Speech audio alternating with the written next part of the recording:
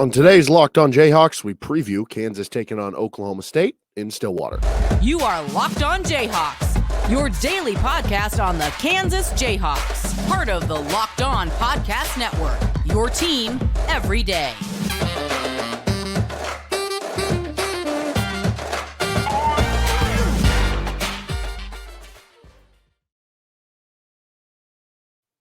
I'm Derek Johnson. Thanks for making Locked On Jayhawks your first listen every day. We are free and available wherever you get any of your podcasts. And on today's edition of Locked On Jayhawks, we're going to be breaking down the Kansas-Oklahoma State game. I'm Derek Johnson. You can also hear me on Rock Chalk Sports Talk Monday through Friday from 3 to 6 on KLWN in Lawrence. Today's episode of the show is brought to you by FanDuel Sportsbook, the official sportsbook of Locked On. Make every moment more. Visit FanDuel.com/Locked On to get started. Kansas takes on Oklahoma State in Stillwater. They enter the game ranked 5th in the country, does Kansas. And Oklahoma State, meanwhile, unranked, but trending right now toward being a ranked team with the way that they've been playing here of late. And, I think that you go into this game looking at this opponent very, very hot, and we'll start right there with our top storylines. Both these teams have kind of figured some things out. Both these teams have gotten a little bit hot. I don't know that there's any team that's hotter in the conference right now than Oklahoma State, who has won 7 of their last 8 games. They have gotten Moussa Cisse healthy, and it's completely changed the way they are. For Kansas, they've won 4 of their last 5. And in the cases of the 4 wins, 3 of the 4 have been by double digits. The other one was by 9.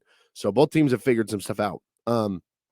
From January 18th to today, Oklahoma State ranks 8th in the country on Bart Torvik. They have the 5th best defense in that span. So for about a little less than a month span, about a 4-week span, Oklahoma State has been in the 8th best team in the country. They're playing really good basketball. They've won 5 in a row. They've won 7 of 8. And I think kind of a side storyline of building off of that, and this will go back to maybe the second storyline here, is just the Big 12 title race. Texas loses last night to Texas Tech. Baylor beats West Virginia. So now Baylor and Texas are tied for first in the Big 12 with 9 victories. Right now, Kansas sits at just half a game back. So if they win tonight at Oklahoma State, you're tied for first with those 2 teams. And it would feel like new life that, hey, now there's at this point, would it be 5 games to go? And, you're tied with everything. Everything is basically equal at that point. And that's a huge opportunity for Kansas. The loss that Texas suffered does maybe allow you a little bit more leeway that if you do lose this game because you're still within striking distance, but it now presents this as a much bigger opportunity because if you win the game, boom, you're right there. And you play Baylor on Saturday. So now if you win this game and then you take care of business at home against Baylor, you have shedded off one of the teams you're tied first with, and boom, it's either you and Texas or depending what Texas does over the weekend. So a very big game from that standpoint for Kansas in the Big 12 title race, but it's also for Oklahoma State. They're sitting at 7-5 right now in conference play, which, it's not in that upper tier of where Kansas, Baylor, and Texas is, but it's right there. So that if Oklahoma State wins this game, you have to start taking them very seriously as a Big 12 title threat.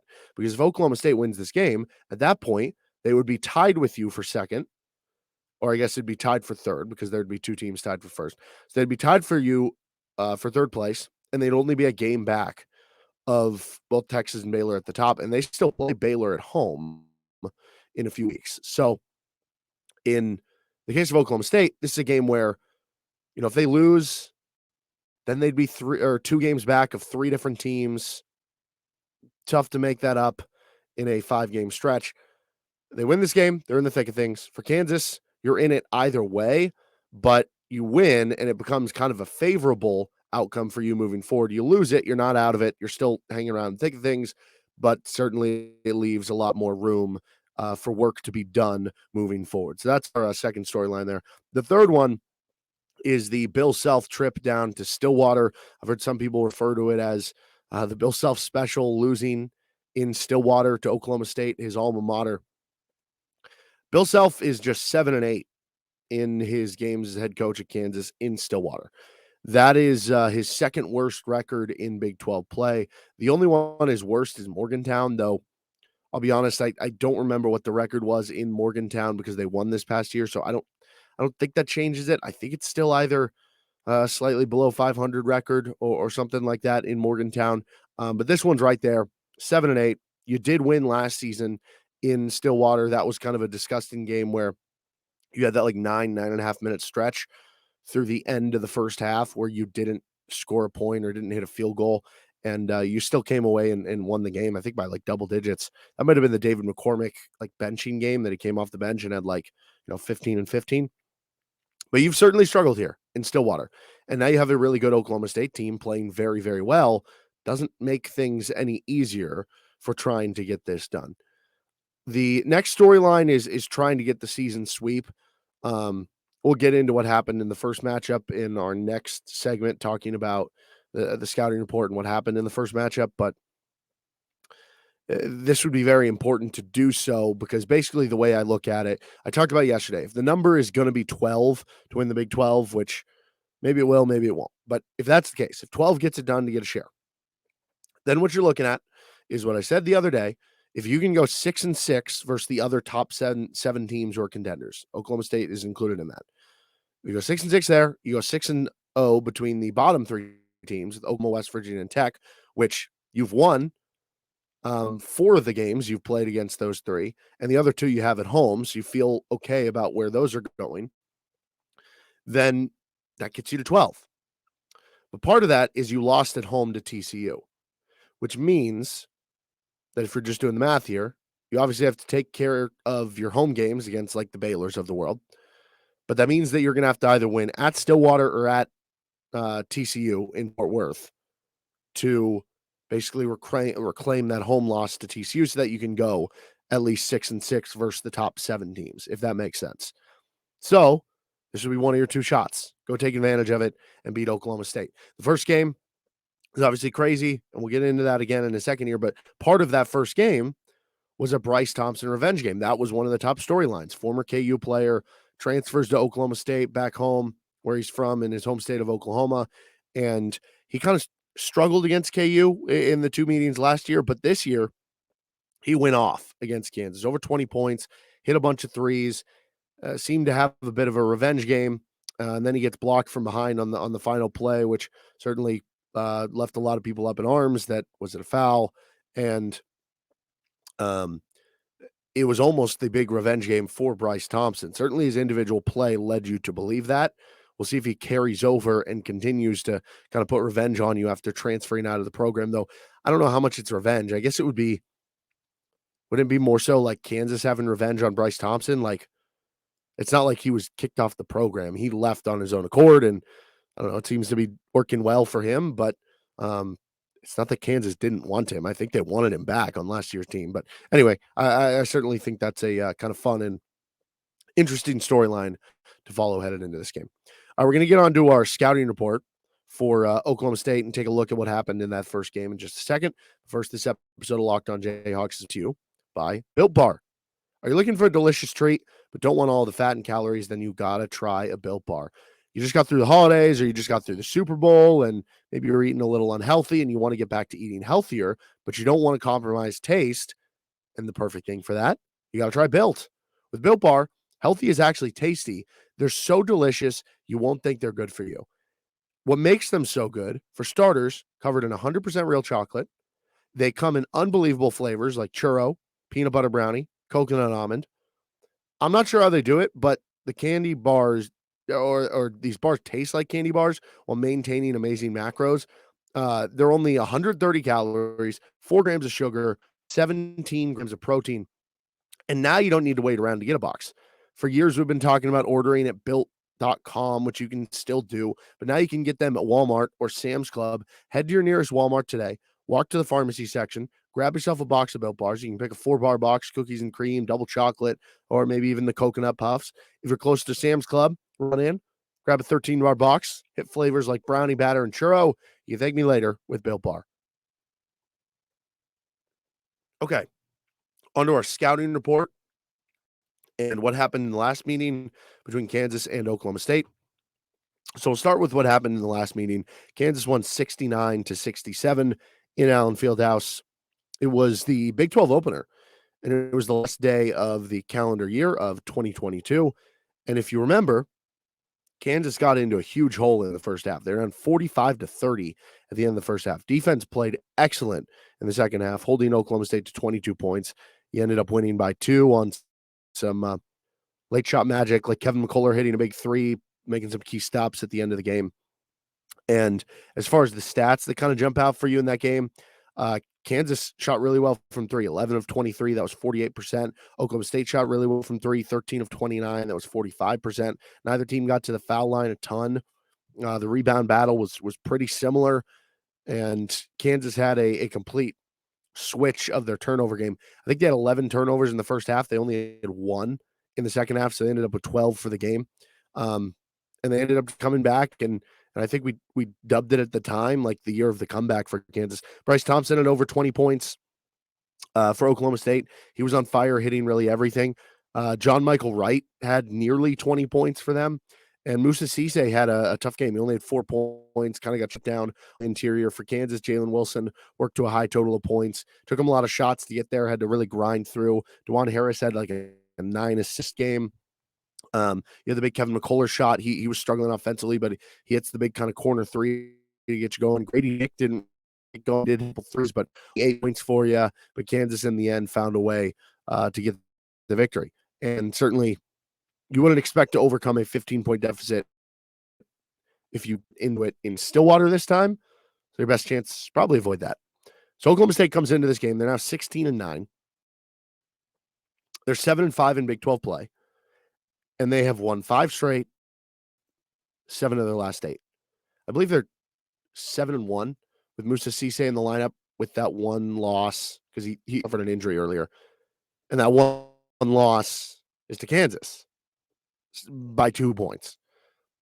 So when Moussa Cisse is there, this is a real Big 12 title contender. As far as what they do well, if we look at conference-only numbers, which I think at this point, you know, you're through 12 games of conference play. It's a big enough sample that I'm just going to go off the conference-only numbers here. It's against like competition, so maybe it gives you a better read of what they're doing well, what they're not doing well, what type of team they are at this point of the year.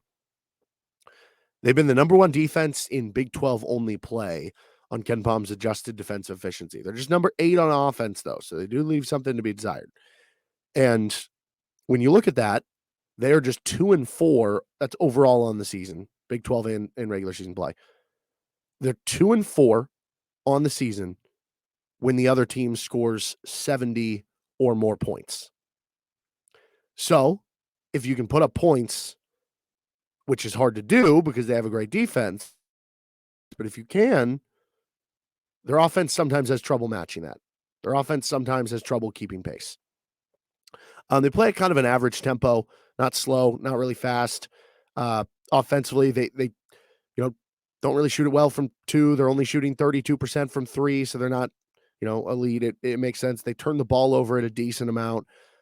Pretty much when you look at their offense, there's not really one thing they do where it's like, oh, they're the worst in the conference. Like they're 9th in the conference in free throw percentage and offensive rebound rate. So they don't do those things either well, but they're mostly like 6th or 7th in most categories. But because they don't really have anything they lean on that's like, oh, well, that's the good thing about what they're doing offensively.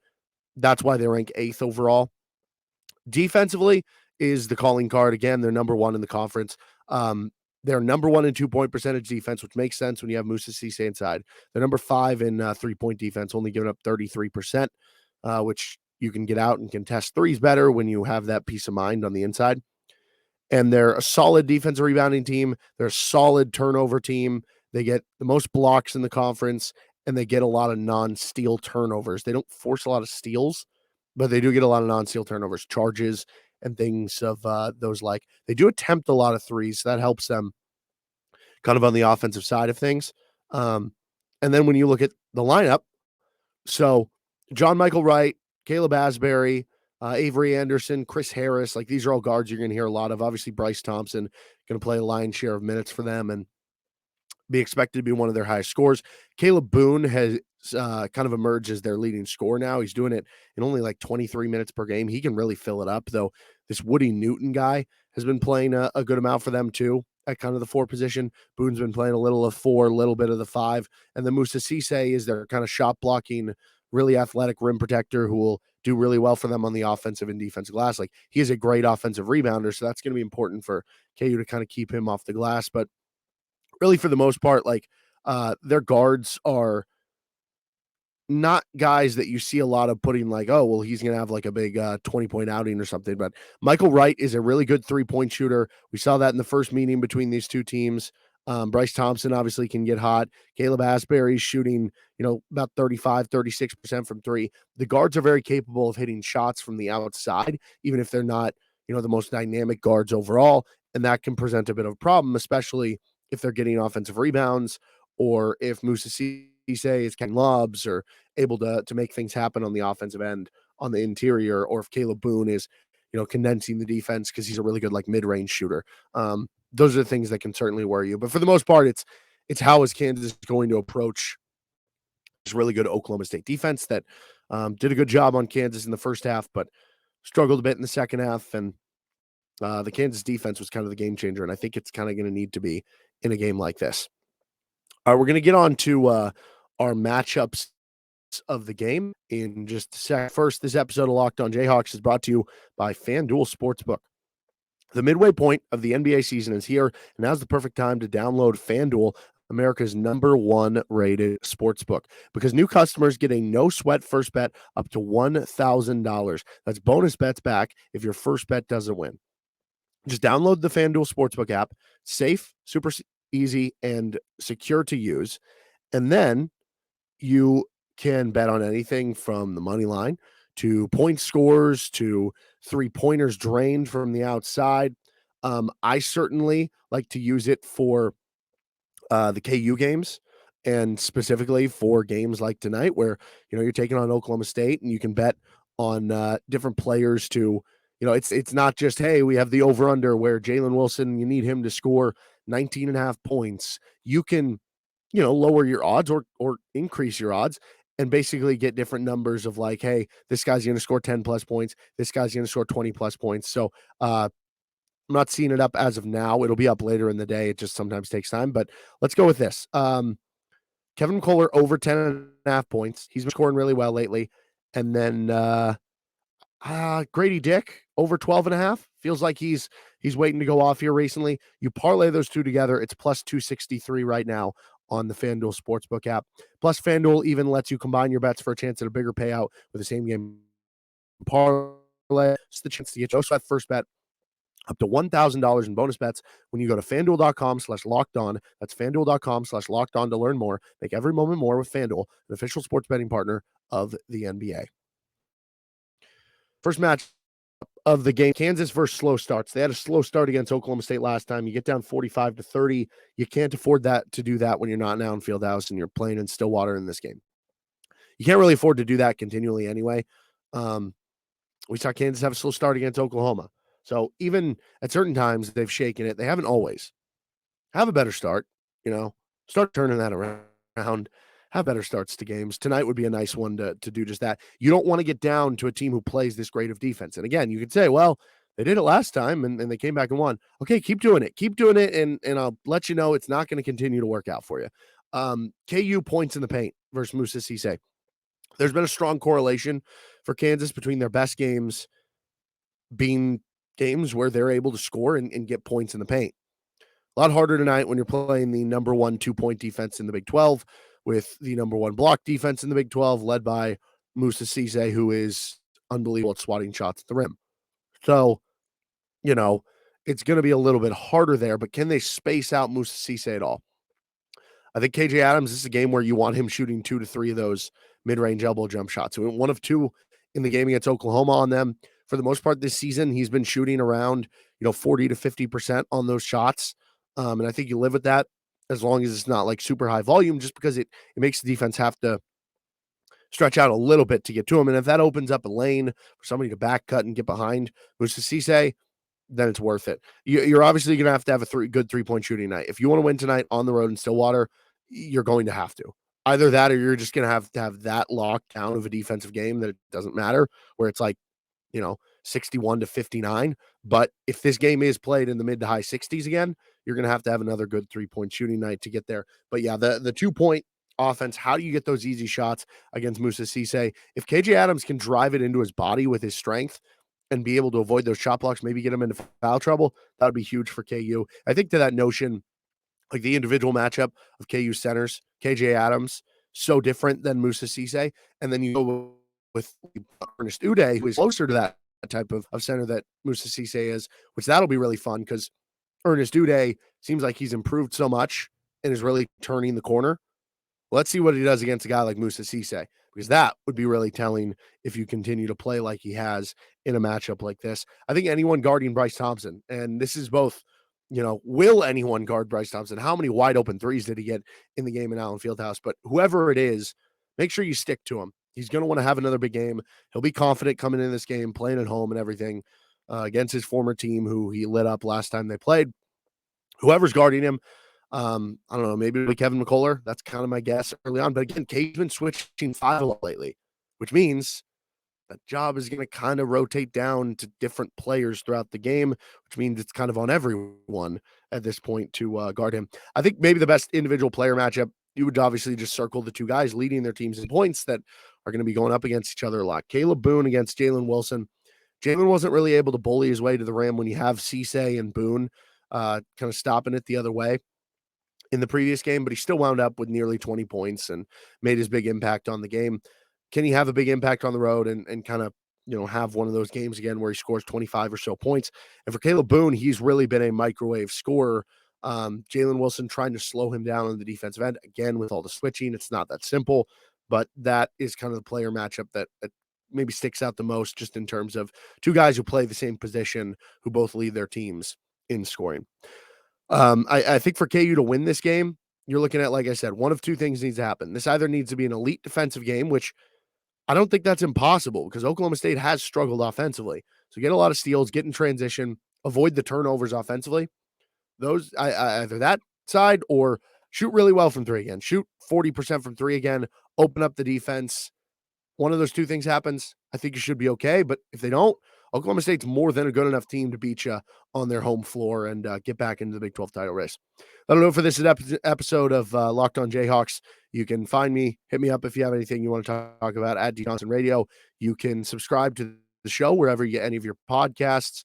You can also find us on YouTube. Hit the like button if you could. Certainly helps us out. We'll see you tomorrow for another edition of Locked On Jayhawks to recap whatever happens in KU Oklahoma State. Till then, you can check me out as well on Rock Chalk Sports Talk later today, 3 to 6, Monday through Friday on KLWN in Lawrence. Have a good rest of the day. Bye.